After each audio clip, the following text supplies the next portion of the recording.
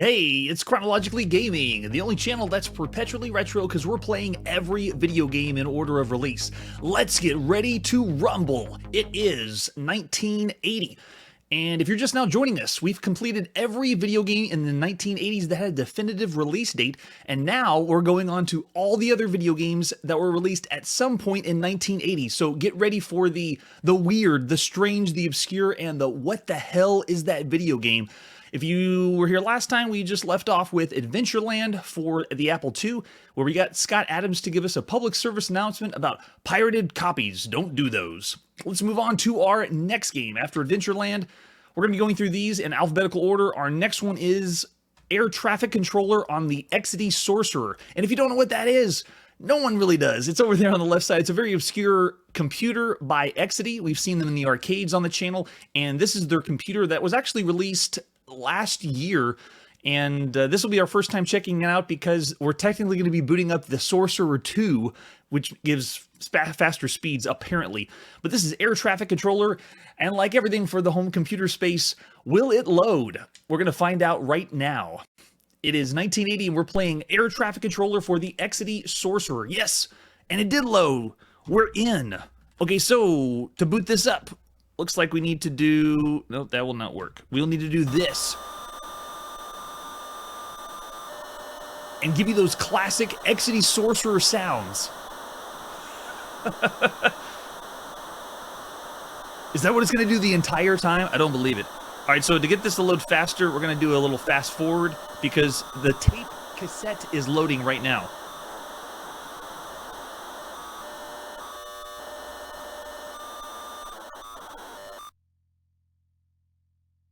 There we go. So we finally booted up past the dial-up modem, I guess is what you would want to call it. And this is Air Traffic Controller. How do we play Air Traffic Controller? Looks like it is different coordinates, most likely from a text or ASCII base configuration. But yeah, it looks like I'm giving you different coordinates, and that's basically the game of what it looks like and how you program and play the game. We are not going to dive too deep. We're hitting every game. So this is the Exidy Sorcerer, and there it goes.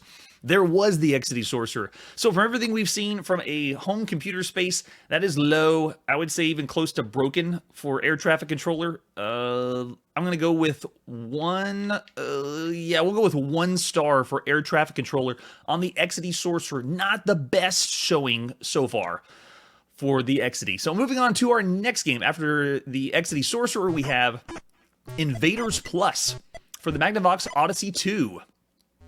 This will be the first time that Odyssey 2 has a port of Space Invaders, if you would want to call it Space Invaders. Let's take a look at the artwork. Here is Invaders Plus. A fiendish new dimension comes to one of the most popular arcade games of all time, and that would be Space Invaders. Cool artwork, though. Odyssey is up there, in my opinion, with Atari and Intellivision. Done very well. Invaders Plus, starring the merciless Monstroths. These tentacled terrorists from the stars command ruthless robot invasion forces as they come relentlessly closer to Earth. You're almost hopelessly outnumbered and outgunned. It will take strategy, dexterity, and the most exquisite timing to even come close to winning this battle against overwhelming odds. This is without question one of the most challenging, exciting, and demanding electronic games ever invented. Wow. They described Space Invaders way over the top. That was awesome. Space Invaders Plus. That's right, it's better than Space Invaders. There is the Magnavox Odyssey cartridge with its handle, as we've seen from other Magnavox Odyssey 2 games. And then just some examples of screenshots. Let's take a look at the manual. Looks like it is a homebrew manual. And to play the game, it's only 1 on the system, so you push 1 on the console. You're in deep trouble. 8 robots with laser cannons are advancing into your sector. Each heavily armed robot is protected by a shield wall. The robots are commanded by a merciless Monstroth that scuttles back and forth through the air. Things don't look good. You only have 1 robot defender. It's inside the mobile laser cannon at the bottom of the screen. Push the joystick of the right hand controller to the right to move the cannon to the right. Move the joystick left and right and shoot. We've played the arcade games, and they got protected walls. And then first side to win 10 battles, and there's no other game mode. So just to put in perspective, Atari had Space Invaders on their home console, and this is Invaders Plus. Maybe trying to capitalize on that, but there's only 1 game mode on this. and Space Invaders had 120, something like that. And you could do even 1 and 2 player cooperative mode. So we'll see what happens. All right, so this is Invaders Plus. We're playing on the Odyssey 2, released sometime in 1980. So just like we do with any Magnavox Odyssey 2 game, we pull up the console and we push what game we're going to play. So we're going to push number 1 because we're going to be playing number 1. And there it is. So we're in. And the game is up. And we're basically playing Space Invaders. And I'm thinking, can I hit the Monstroth in the back or not? It looks like I have a barrier of green balls in my way that I can't shoot past. And I really want to see, can I hit the Monstroth in the back? Oh, wait, cool. Oh, I love it. Okay, so that's a cool feature. Whenever you get shot, your spaceship goes away, but you can go into another command center and then use that. So you essentially lose the defense, but then you gain another spacecraft. So it's like your life. So now I'm on my last life. Oh, here he comes. Get him. Get the Monstroth. If you're just now joining, we're playing every single video game in order of release. And I've lost all my ships playing Invaders Plus for the Magnavox Odyssey 2. Yes, we did get the Monstroth, so you can shoot him. Now, I'd say this is, compared to the other Space Invaders games we played on the home console, this one's a little jank. And I'm surprised because the Odyssey 2 usually plays really well and smooth. But I mean, look at the frame rate of the aliens. And this is only the only game mode we got. So, and I think this is it. You just continue to play and shoot, and that's it. I do like the idea that you get shot out of your ship and you're running around as a little guy on the screen. With the same sprite work we saw in, what was the name of that crazy fighting game? Or no, strategy game that we played. I don't remember the name of it off the top of my head. But it's the same character. The person you run around in is the little army man that you controlled. Yeah, and that's the gist of it. Very, very simple. So I'm going to go ahead and go below average. We're going to say even bad to get this game for the time. Considering everything else we've seen in the console space, I'm going to go 1.5 stars for Invaders Plus. Because there's no game modes compared to Atari. And it's choppy. And it doesn't play super smooth. And it's on Odyssey 2. We've seen so many other great games for the Odyssey 2. So 1.5 stars for Invaders Plus. Not really doing a lot there. All right, so after that, let's move on to our next game, playing all games in the 1980s in alphabetical order that were released at some point in 1980. And this is Armor Attack in the arcades. Let's take a look at the artwork for Armor Attack. There is the advertisement flyer. Bare bones. Is that really an advertisement flyer or something reconstructed? There you go. So the back of the flyer has the features for the arcade cabinet. Unprecedented realism with patented vector beam monitor. New 16K memory leads to more action on the screen. And there you go, Cinematronics. So Cinematronics has been putting the vector-based video games in the arcade first. They were the first ones we saw. And this is their latest release, maybe competing with Atari that is now doing vector-based games. Difficulty of the game increases with player score, leading to greater and greater challenges as player skill increases. That's pretty much every arcade game. 1 or 2 player option. 2 player lets both players play at the same time, doubling the coin take-on location. So this advertisement flyer actually says how to play. You patrol the city by driving your Jeep through the streets, destroying enemy tanks and helicopters. The first hit of a tank destroys the body, immobilizing it, giving the player 20 points. The second hit destroys it and gives the player an additional 30 points. Destroying helicopters increases their bonus by 10 points. 5 helicopters are destroyed. The player receives an extra Jeep. Nice. There's the example of the arcade cabinet for Armor Attack. Or they've got ellipses, so is it Armor Attack? And then the control panel, left, right, forward, fire. Everything's buttons, so no joystick. You're just using buttons to play. And it's just a button to move forward, a button to fire, similar to the controls of Asteroids, which also is a vector-based game. Yeah, there's our controls for us. There's our arcade marquee and just some artwork. And we should get the overlay. I'm hoping for it. And this is the manual for the Arcade Armor Attack.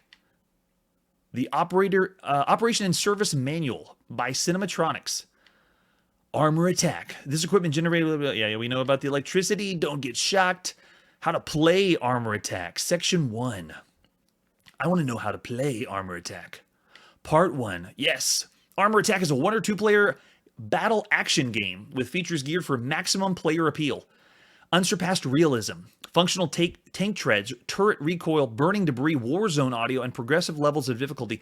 The game adjusts itself for the skill of the player. So that's every arcade game, I thought. Every time you get better at it, it's going to get better anyway. So it's top-down view of the city with road and building areas defined. Player Jeep is the Jeep and enemies are the tanks. They can only maneuver on the roads. However, the enemy chopper can go over buildings and roads, and you shoot them. You can hit the side of the building, and the missile explodes. The object of armor attack is to accumulate the maximum number of points possible. Yes, like every arcade game in the 80s. Welcome to 1980. Shooting tanks. You get points for them, and then shooting choppers, and then modes of play. So yeah, the 2-player modes are really cool. I don't have a second player with me to play, but if we did, we'd have 2 players that could play at the same time. Simultaneous play is rare, so that's a plus. Even though we won't be seeing it since I'm the only one here, we will be adding that to the score for sure. So for other versions, we got a Rock-Ola version and a prototype. We're going to play the original Armor Attack. So it is 1980, and we're going to play Armor Attack in the arcade, released sometime in 1980 by Cinematronics. Cool, so we got everything, the artwork around the side, what you see around the monitor, and the gameplay itself, the vector-based game. So we can see there's 2 different tanks in the attract mode on either side, and I'm going to zoom it in just a little bit so we can see the screen better. I do like the overlay, though. So yeah, we have, that's the way to do it. So we have an upright. Oh, we have 2 different overlays. So this one's like a bare bones, but that does give you the full experience. So we're going to leave it on this one because it's showing the actual overlay from the cabinet with like the cracked buildings and so forth.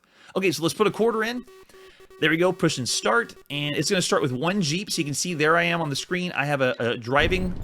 Oh, that's fun. The top-down drive is smooth. I'm just going to drive around the city and just see how it feels. And yes, I can drive right by the tank. Touching the tank did not kill me. One hit has this awesome explosion, and then the second hit is what will take the tank out and give you more points. But yeah, it feels really good to play. And I know from the screen view, it looks a little tiny there, but you have to imagine that we're in the arcades. Oh, the tank's still going. So I have 1 shot that immobilizes it, but the second shot will blow it up. And the helicopter is ruthless. That's the one that's got me both times. Armor Attack. All right, so let's try this again, thinking more strategically. Oh, and I get multiple shots. I don't have to fire one at a time. That is awesome. I am blowing myself up. There we go. I did a kamikaze mission on the tank. But I want to be able to see how it works with, like, if I'm going to sneak around the different buildings. There we go. So 2 hits, and I think I've blown him completely away. Let's see. Yeah, so he's gone, and it still shows them on the screen, which is really nice. Yes, and we got a helicopter shot. Awesome. Getting used to how the controls feel. The controls are really smooth. It is doing relative controls, so... Oh, yeah, we get fast shots there, so there you go. Both tanks are down, and then that helicopter's coming in. So now we got multiple tanks. Oh, the helicopter missed me. I don't believe it. We're trying to get a good shot on him. Yes! I don't believe it.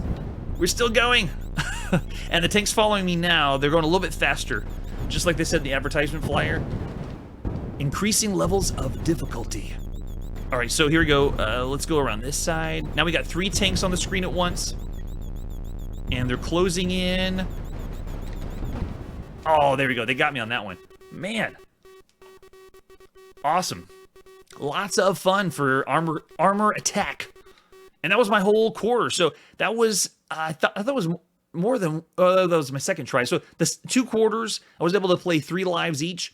And let's go ahead and do, just for fun, we'll put in a second player controller just to see what it's like with 2 at once. And let's put 2 credits in. And then if I push start, yeah, so if you push start on the 2-player side, now we can control 2 different, yes, 2 tanks can go at the same time, so you can work together on the battlefield. So I don't have a second player with me, so I can't control them at the same time. But that is awesome. Majority of arcade games from 1980 were alternating play. And that's usually because they would also be in the flavor of a cocktail cabinet. And you would have one person sitting on one side of the cabinet, and then you flip the screen so the other person can play, instead of both at the same time. So that was awesome. Okay, so that was Armor Attack, and for what we've seen, for everything else you could play at the time, that is up there. That's done very well, especially with the graphics. I'm not thinking 4 or 4.5. I can't go as high based on everything else we've seen from the 80s, because the 80s, 1980 had Pac-Man, it had Rally X, and it had Battle Zone. So I can't go as high as 5, but it is very good. Let's go with 4 stars for Armor Attack. Excellent, excellent game to play at the time. All right, so after Armor Attack, our next game, I have no idea what's going to be next. Oh, it's handheld electronics. We still had individual handheld electronics, and this is a range ball. What is a range ball? So for images, do we have anything? Yes, we have the handheld itself, and then we got the turning it on, slow and fast, and then how to stop and push it. Is this just Plinko, but in the palm of your hand? And this is one of those games that I don't know if we can emulate if it's going to play or not, but we'll boot it up and see. Here we go. This is a range ball, released sometime in 1980 for the handheld. Oh, it does kind of boot up. Let's see. Can we play? Does it work? What is the inputs? Oh, it works with a controller? No way. I don't believe it. It does! So you have to pretend it's zoomed in as far as it'll go. But yeah, this is it. All it is digital Plinko. It's you flip the ball, and then it goes and then it goes over the top, and it gives you an option to switch when it gets to an intersection, but it's in the palm of your hand like Plinko. Watching the ball go to the top, which they had some of these that were mechanical. You could get a steel ball in your hand, and then the steel ball would roll down and get to the bottom of it. It's amazing. I can't believe it loaded. Too cool. Okay, so that is... Don't need to spend too much time, but that's a range ball in the palm of your hand. Considering other handhelds we've seen, the big ones right now are the Milton Bradley Microvision, which has interchangeable cartridges, and the Nintendo's Game & Watch. I cannot give this anywhere close to Game & Watch. We've been giving that about average, a little above average. So for a range ball, we're going to give this one, it is functional and it works, but it is a bad game to have compared to the other handhelds you could have at the time. So we're going to give 1.5 stars to a range ball. Did you arrange all the balls? All right, so moving on to our next game. After a range ball, we have another game on the Exidy Sorcerer. This is Arrows and Alleys. And we have no artwork except this one screenshot, so we're booting up and we're going to play. Here we go. It is 1980, and this is Arrows and... Oh, I've already forgotten the name of the game. It's that memorable. So to boot this up, you have to first load the command to get the game to work. Hey, welcome to the chat. We're playing the very obscure Exidy Sorcerer, and that is how you load a cassette tape on the Exidy Sorcerer, and that's what it sounds like. And so what I'm going to do is speed it up to 700% so we don't have to wait through this CompuServe dial-up sound the entire time. So I'm now cranking the emulator up to 702%, and we're here. It worked. This is called Arrows and Alleys on the Exidy Sorcerer. The object of Arrows and Alleys is to move your car through the alleys and shoot all arrows before they hit you. Randomly, pits open up and a rocket emerges. Treat it like an arrow. The arrow and rocket have intelligence, so beware. Intelligence is in quotes. We're not expecting too much because Exidy Sorcerer is a very obscure home computer by a company we've seen in the arcades. That's true. We have lots of different clones as well. So to move the car up and down, left and right, use the cursor movement arrow keys on the keyboard. Use spacebar to fire the bullet. Okay, so move our car, shoot the arrows before they hit you. Number of players, we're playing with 1. Our game speed, oh, crazy. Just for fun, let's go crazy. All right, so it's your turn, player 1. Hit escape if you want to start with the game over, or hit any key when you're ready. Oh, we're ready, all right. So here's arrows, alleys and arrows, arrows and alleys. I'm already forgetting the name of the game, but here it is on the Exidy Sorcerer. Oh, and it's not necessarily like I'm controlling my speed. It literally is. You just move around the grid, and all the arrows are going to be coming at you, and your just speed goes faster and faster. And of course, you die whenever you've lost it. So yeah, you're trying to, I guess, outsmart the quote unquote. Oh, there we go. I'm getting faster now. But you're trying to outsmart the quote unquote intelligence of the enemies, and I cannot turn around. You just move through the maze in the direction you're able to go. I'm dying so fast. How many lives do I have? But we are going on crazy speed. We're going to be the master at Arrows and Alleys. Well done. You get extended play, player 1. Awesome. On the Exidy Sorcerer. Does that mean I can continue to play? Yes, I'm ready. Bonus play. We're still going. All right, so I cannot turn directly around. I have to use the grid and follow the grid's patterns. And what? Oh, that was what they're talking about. The special unit that comes out. So I saw the Arrows and Alleys. That's what it's called. There is a pit that opens up and a rocket emerges. There you go. So a rocket is supposed to have more intelligence than the other ones. All right, so going in again. Let's do normal this time instead of crazy, and maybe we'll have a better chance at it. Hello, welcome to chat.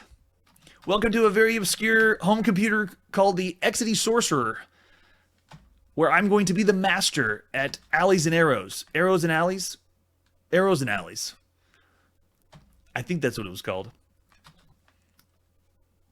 And I'm doing terrible at it. My player is completely dead every time. So it also is a very easy rudimentary game. Oh, here we go. The intelligent rocket has shown up. Let's see if we can outsmart it. Oh yeah, it's a smart one. It's a wily one, it is. I don't think I can get... There we go. All right, so they're getting faster and faster. This is the closest we ever... Oh, and we died. All right, so I think we got the gist of Arrows and Alleys on the Exidy Sorcerer. So considering everything else we've seen from 1980, I'm going to go ahead and give that one a much lower than average. I would say, I don't want to say bad, because it actually works pretty well, especially for 1980. But we're going to go for 2.5 stars for Arrows and Alleys. No, I'm going to say 2. Yeah, we'll say best of the bad. 2 stars for Arrows and Alleys, considering everything else we played up to this point in 1980. 2 stars is what you get, Arrows and Alleys. There was no sound, too. All right, so moving on to our next game. If you're just now joining us, we are playing every other game released at some point in 1980. We've already completed all the releases that we could pin down in 1980, and now here are all the stragglers in alphabetical order. Our next game is Astropal. Astropal? For the arcade. All right, so that's right, yeah, Exidy made Crossbow Chiller, and we've already seen a lot in the arcade. We're going to see those in the future. All right, so let's take a look at the artwork for Astropal. This is by Saddam, Saddam. If I'm correct, I think is from Italy. Astropal. Yes, so this is from Italy. Our first video game or second video game from Italy that we played, at least arcade-wise. And it looks like it is an Asteroids ripoff, not using vector graphics. Maybe it's raster. I'm not sure. All right, let's step up to the arcade in Italy. This is Astropal, released sometime in 1980 in the arcades by Saddam. Saddam. I'm not sure how to pronounce that one. All right, so it is, yes, an Asteroids ripoff, but it is not using vector-based graphics. This is using raster graphics. All right, so let's put a quarter in and see Astropal in action. Yep, it's Asteroids, all right. It is, oh my gosh, terrible thrusting controls, though. Wow. When I want to move forward, oh, I see. It's not using a button to move forward. Do I even have a warp? I don't think I do. Okay, the best way I can describe the controls to everyone, after playing Asteroids, this one is a combination of I have to push the button down to thrust and move the direction I need to at the same time. So it is not smooth controls. It does not feel like Asteroids. It barely looks like Asteroids. And granted, this may have been a lot of people's first experience with Asteroids or this game in Italy. Those poor Italian children playing Astropal. It does have the UFO, though. Oh, and the UFO's gone. It disappeared so fast. All right, that is enough play for Astropal. That is lower end of the spectrum compared to what we've seen. That's close to broken territory, I'd say, because considering everything else we played and the way the controls are, I'm thinking maybe 1 star, 1.5. That's a hard call. Yeah, I know it kind of looks the part, but man, it plays so... Yeah, we're going to do 1 star for Astropal. I think that's our lowest rated arcade game we played up to this point. Yikes. All right, so after Astropal, let's move on to our next game. After Astropal, we have Attack Force for the TRS-80. Attack Force. Let's take a look at the artwork for Attack Force. This is by Big 5 Software. There's a sticker that says sound effects. Oh, you're generous, Arcade Jeff. 2 stars. I guess you have to put, if you have to control it, then it's a totally different story. All right, so there's our cassette tape, the TRS-80 cassette tape for Attack Force. 16K needed to play Attack Force. It's such a generic name, Attack Force, by Bill Hogue and Jeff Connew. 1980. There is the 5 1/4 floppy disk. That's the one we're going to be playing on, and there's some examples of screenshots. Don't think those are the green screen we're going to have. We're going to be using the classic black and white. All right, so let's boot it up. As always, for home computers, does it run? We'll never know until we try. If you were here last episode, we first saw some microcomputers from the UK, and it did not go well for the first time. They didn't boot like we had hoped. All right, so let's see how we can load this one up. I got to see what's on the disk first. We want Attack Force. Attack Force is a CMD. It's nice, so we're not using BASIC anymore. I can use Attack FC as the command. And does it run? Attack Force. Do not attempt to adjust your video screen. All right, I won't. Isn't that the beginning of Outer Limits? Do not attempt to adjust your video screen. Uh-oh, wait. There is nothing wrong with your computer. What? Is this part of the game? I haven't touched anything. It's going through what it say is we control the horizontal. Oh my gosh. Attack Force has an opening that is similar to the Twilight Zone or Outer Limits. Oh my gosh, this is awesome. I actually thought something was wrong. We control the vertical. Way before the 1980, when was Outer Limits? Was that late 80s? It's doing it. We can take the screen from a sharp focus. This is so cool. This was Bill Hogan. Oh, yep, sharp focus to a fuzzy, blurred image. This really should be narrated by Jim St. Fontaine. A blurred image. So be prepared. You are about to play. Get ready. Here it comes. Whoa!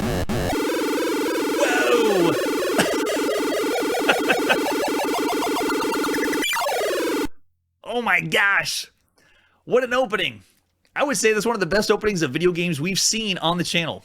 Enter for instructions. Clear to start the game. Let's do enter. I don't know what's happening in the background. It sounds like my computer's having a seizure or a heart attack. Mission objectives. Destroy aliens for points. This is your ship. That's the ram ship. That's the flagship. Bonus points are awarded for each wave destroyed. Use the arrow keys to move your ship. Press F, at, or spacebar to fire missiles. Play until all 3 ships are exhausted. An extra ship is awarded at 10,000 points. It's like an arcade game for your TRS-80. And then break or clear to start the game. If I knew what break or clear was. What's my break or clear? I've broken so many games, you think I would know what the break key is. Did I hit it? Oh, break or clear to abort the game. Oh, okay. I want to clear. Where's clear? Clear. Clearly, I don't know where the clear is on my keyboard. Please, I want to play Attack Force. Where's the clear key? I'm trying every key on the keyboard, and I still am not getting to clear where clear is. I even made notes of what... Oh, did I get it? Well, hopefully I didn't hit break, because then it would abort the game. No, it's the other one. Okay.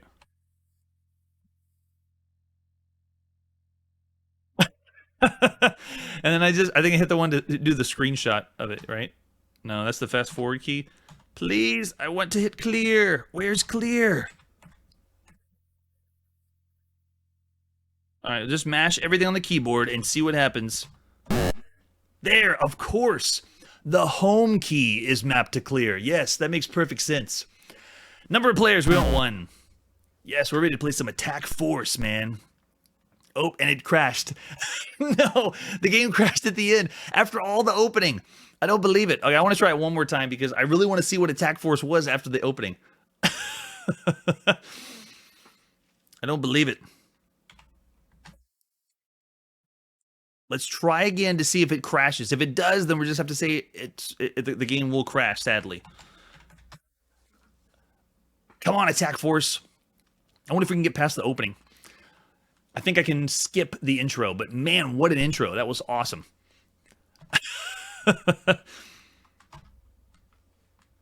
Do not attempt to adjust your video screen. Well, now I'm wondering, did it really crash? Or was that part of the game? Did the game crash, or was it something else?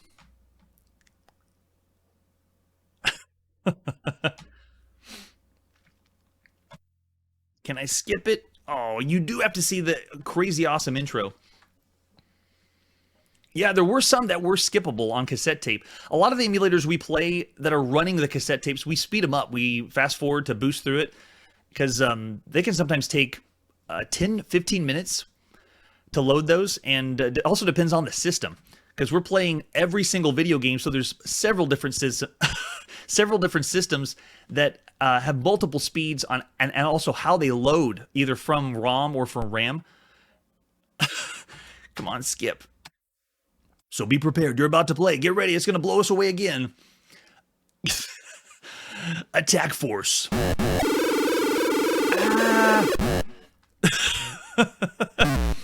Okay, please run. Don't die on us. Yes. We're in. Wait a second. Is Attack Force playing like Exidy's arrows and... Oh, I don't believe it. Oh my gosh. We really know we died. But yes, it's playing like arrows and alleys. Alleys and arrows. Dips and arrows. It's the same concept.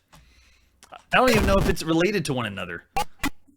Oh my gosh. And we got some ship on the end. Can we shoot that one too? No, it looks like we're just dodging that one. Yes, but we're doing much better. Well, we were playing on like crazy speed for arrows and aliens and arrows. So this is Attack Force for the TRS-80. This is one of the first...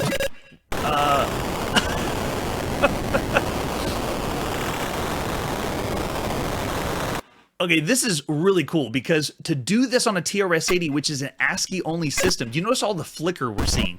All that is because it's supposed to be only text-based.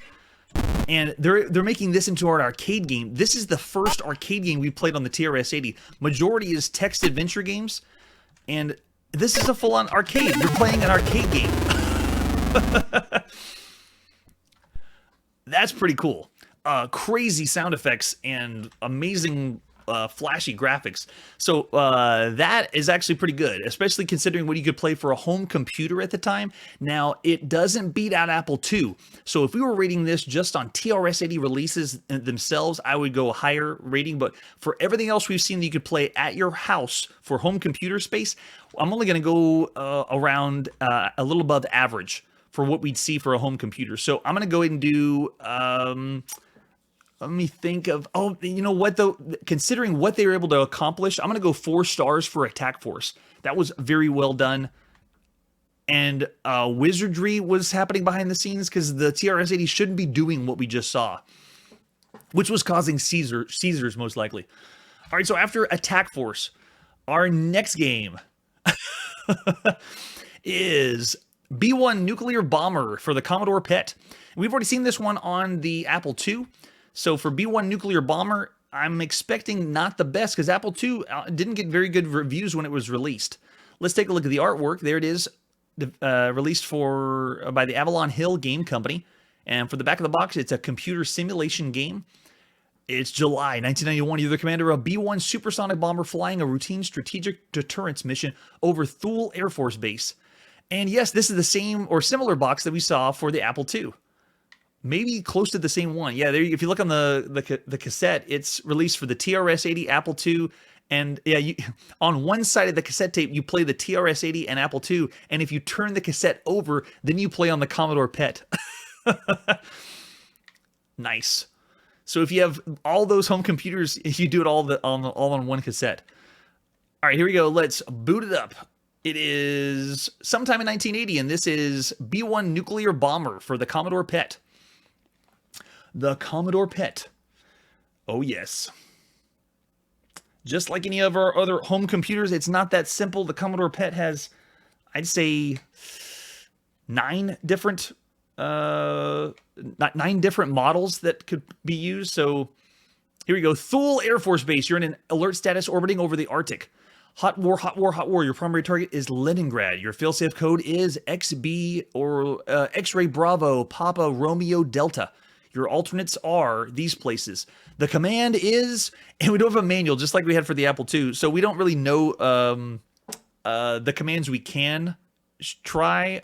So this is, if you're not used to what this is, B-1 Nuclear Bomber is a text-based bomber game. So you're basically just giving commands like a text adventure game, but you're giving commands as if you're in the ship. So right now, if I say fire, what happens?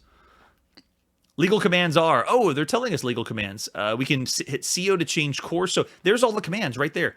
Change commands, course altitude, get a status report, search for defense complex, have autopilot fly the plane. Oh, that's cool. Let's do autopilot. Autopilot, fly the plane. Time for autopilot. Let's do S. Small, medium, or hard autopilot. I don't know if that means what it is.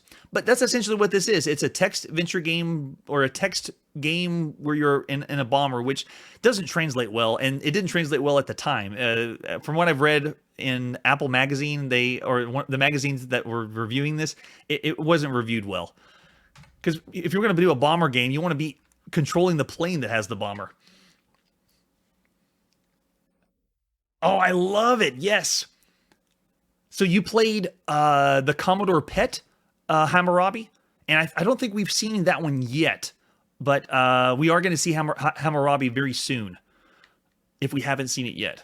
Okay, so for the time, B-1 Nuclear Bomber, this one we're going to give below average. I'm going to go for 2 stars for B-1 Nuclear Bomber, considering everything else we've seen on a home computer, that for everything else you could have played, which we're considering 2 stars like the best of the bad.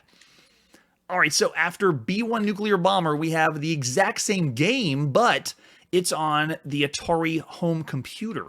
And is it the same thing? I do not know. Let's see if we look at the artwork. Yeah, the exact same box. Is it the same cassette tape? We just flip it over again, and now it works for Atari 8-bit computers. Do we have the cassette tape? We do not. Oh, but look. No, it has pictures. It might still be text-based, but with pictures. Let's see what versions we have. We're looking for K-File. There it is. All right, so this is B-1 Nuclear Bomber for the Atari 8-bit computer, released sometime in 1980.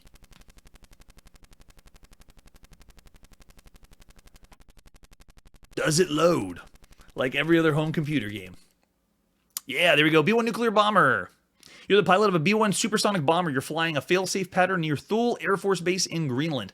Your cryptodecoder suddenly spits out the following message. Attack orders. Primary target, Murmansk. Failsafe code, Delta Delta, Kilo Papa Delta. This should look like the real thing. You should memorize the failsafe code, then press return for a list of alternate targets. Okay. Alternate targets. Now press return for a list of defense complexes. There's all our defense complexes. Whoa, lots of defense complexes. So what is our command? Here's our commands. We can do course change, altitude change, status check, radar check, navigation request, search for defense complex, autopilot, evasive action, ECM, Phoenix missile fire, arm the bomb. Yes, we are arming the bomb. The failsafe code. Oh no, what was it? We didn't write it down. Delta Delta Tango Romeo. No, there wasn't any Tango in there. It was Delta Delta Papa Romeo. I don't remember the failsafe code. But whenever you play the game, it looks like we're dealing with the exact same thing. You're giving out commands. This one may include pictures, which the other ones we played were only text. So that would be B-1 Nuclear Bomber. We're not going to go too detailed in that one because we've already checked out more of it on the Apple II in another episode. So for the time, we're going to give that one the same 2 stars for B-1 Nuclear Bomber. We've seen a lot more and better games you could play for your home computer at the time, especially on the Atari home computer. This one is awesome. The computer is. All right, so moving on to our next game. After B-1 Nuclear Bomber, the two B-1 Nuclear Bombers, let's play Backgammon for our TRS-80 color computer. Backgammon? How many backgammons are there? I don't know. I understand why there's this desire to program so many backgammon games. So for the TRS-80 color computer, let's take a look at the artwork. This is a reconstructed box. This would be our second color computer game, and too bad it has to be Backgammon of all the other games we could play. So for different versions, looks like we got another optional Tandy version, but we're going to play Backgammon for our TRS-80 color computer. The first question is, does it load? Yes! If it has a cartridge, I love that the cartridges, they have cartridges for the color computer. It's better than the TRS-80. It has color. All right, so we don't even know the commands for this one. Can we? Yes, okay. If you're not familiar with Backgammon, you're just trying to get all your pieces around the board to the other side before the other player. And does it let us move? Okay, it does. So it lets us move our pieces to the side. Does it work with a joystick? It does not. So I have a joystick plugged into my color computer, but it's not responding. Darn. So you have to use keyboard commands to play, and it looks like I'm blue. So you have to know which command to push, and you move your pieces around the board. But essentially, this is what you see is what you get for Backgammon. We're gonna breeze by that one, and like the other Backgammon games, not play a whole bunch of it, just because if you at this point, I would much rather play it on a board than on a video. Unless it translates well to playing on a video screen. So for the time, considering other things we could play, we're going to do this one again, lower score. I'm going to say 2 stars for Backgammon. I'll say 1.5. 1.5 for Backgammon on the color computer. The other game we played on the color computer was way awesome, amazing, called Dino Wars. I'd rather play Dino Wars than Backgammon for sure. All right, so after Backgammon, let's move on to our next game. Oh, cool! Los Bandito. Or Bandido. Sorry, not Los Bandito. I don't know where that logo came from. This is just Bandido. This is another version of a game we played by Nintendo called Sheriff. This is just the other name released in another region. Take a look at the artwork for Bandido. Surrounded by banditos attacked by buzzards, you must rescue your sweetheart. And when we played Sheriff, your sweetheart is Priscilla. Does it say anything about Nintendo? It doesn't. So this is Exidy publishing Nintendo's game Sheriff. After they finished, we finished playing on their home computer, the Exidy Sorcerer, then they went out and did Bandido. There's the control panel for Bandido. And there it is. Priscilla is who you're rescuing from the cast of characters. And I don't know where the clear logo came from. That is the wrong clear logo. But it should be essentially the same thing as Sheriff. Is it a yeah? The manual that we have is the Sheriff manual that we saw before. All right, so here we go. Let's step up to the arcades. It is Bandido, released by Exidy in the arcades. And it has the artwork around the side. I'll remove it to pretend we're playing Bandido instead. There we go. All right, so let's put a quarter in and push start.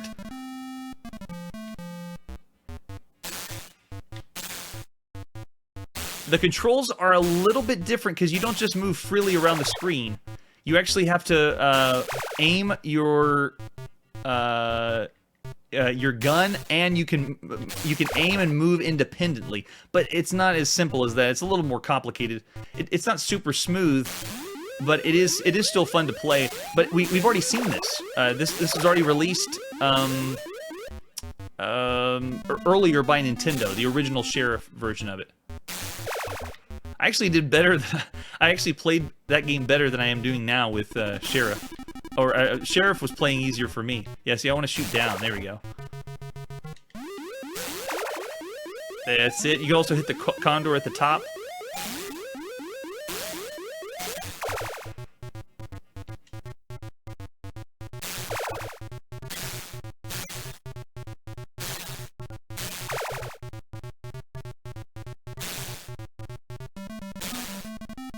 All right, here they come.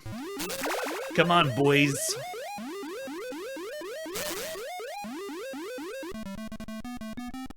One thing I do enjoy is the constant sounds.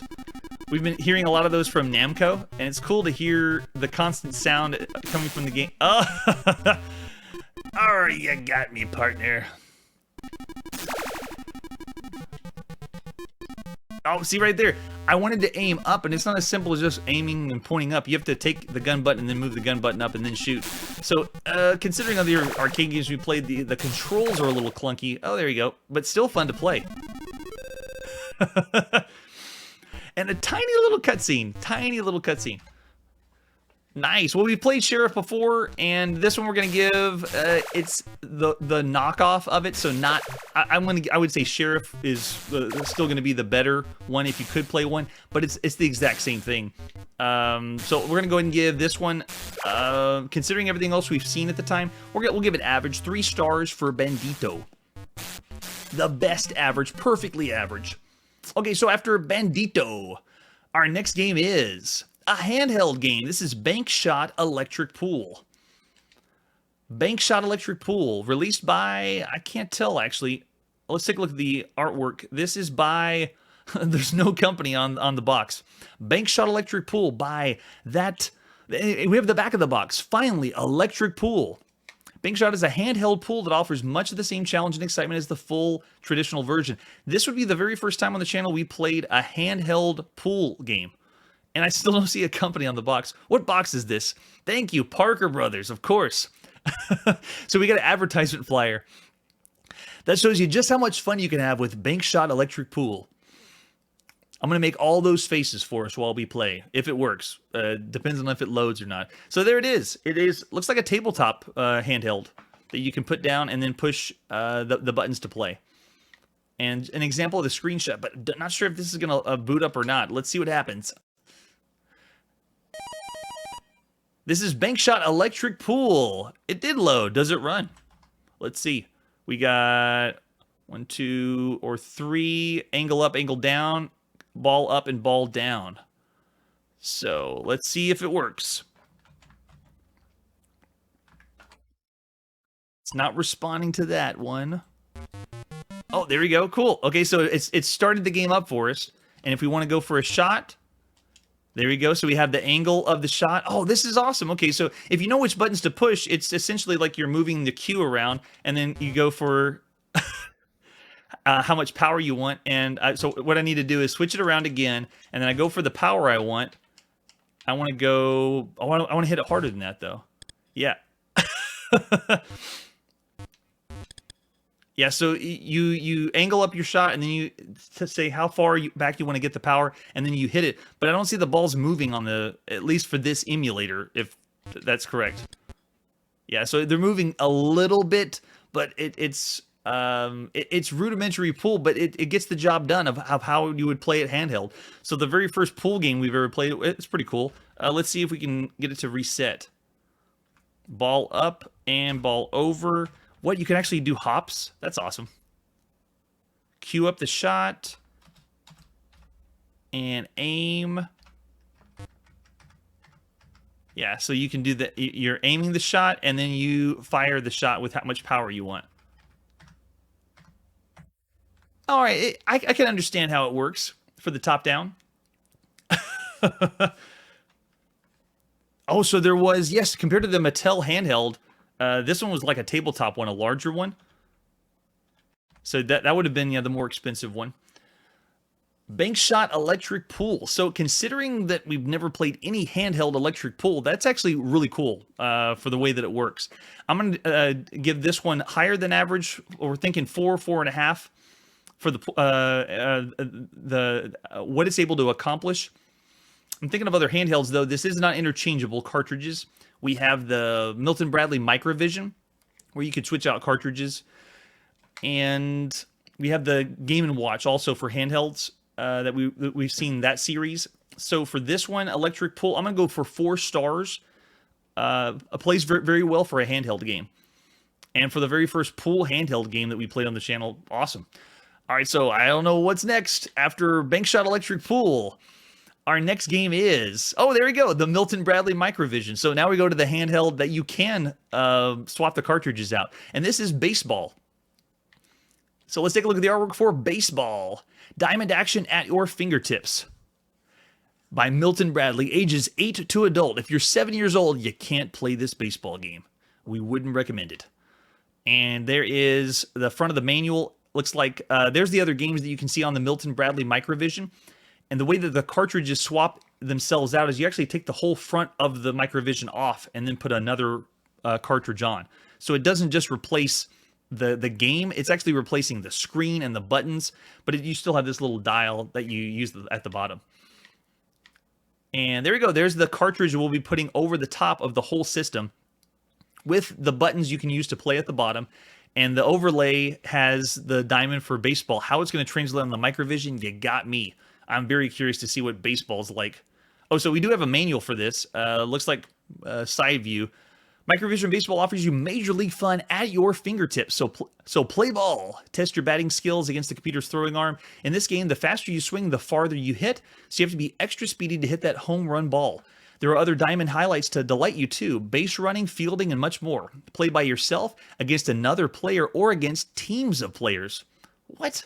This is the handheld version? Compete on 2 skill levels too, the more challenging with double play action. Object of the game is to be the first player or a team of players to get the high score after 9 innings of play and you win the game. Okay, so this is a crazy awesome or complicated handheld game. How to play the game. Milton Bradley Baseball follows the basic rules as Major League Baseball. Each team allows 3 outs. Teams alternate turns at bat after 3 outs, 9 innings. There's 9 innings for a handheld baseball game? Whoever has the high score after 9 innings wins the game. Yeah, we know how to play baseball, but how do you play? There you go. So you slide first the on switch to the switch on, and then you press players to choose the number of players. The player indicator shows will move from 1 to 2, 1 for solo play, 2 for 2-player, and then for a 2-team game with multiple players in solo play, you can start on 1, and in 2 players, you can move from 1 to 2. They're talking about like swapping out the system to play with more people. And then press the skill level to decide the degree of gameplay complexity. Skill levels on the screen will move from 1 to 2. Average is 1, 2 for expert skill level. So there's only 2 levels. Easy, average, and expert. There's nothing in between. Now it's time to take some batting practice. Locate the control knob, which is the little knob at the bottom of the Microvision. Below the control panel on your console, turn this knob all the way to the right clockwise. The bat's now in the swing position as seen on figure 1. Oh, there you go. Look at this. The screenshot for the Microvision is showing you the resolution. That's the 2 pixels. They're that large on the screen. So you move it all the way to the right. The bat's now in swing position. And then slowly turn the knob to the left. You'll see the 4 other bat positions. Non-swing position. So you can see here, yeah, there's 2 pixels on the side. And then oh man, now we got the side of the box of how to play ball. Oh, and then it's twisted to the side of the, at least this copy of the manual is. So how to run bases, double plays. Wow, a manual for a hand. Okay, I'm already blown away that they've done this for a handheld game for 1980. Baseball's Microvision. Okay, here we go. So let's pop it in and play.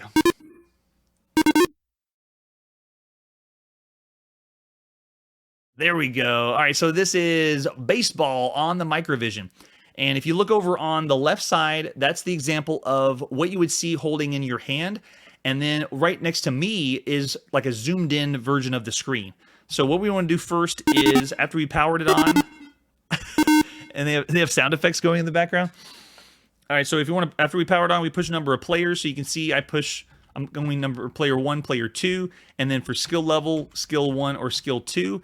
And then if we want to go, we say go. So we move our bat to the side. Oh, the computer's playing against us. So they already got 3 strikes and we're out. Oh man, you gotta be so fast. There we go. So I got a foul on that one. And I'm twisting the knob at the bottom to play. That's how you turn and hit the bat.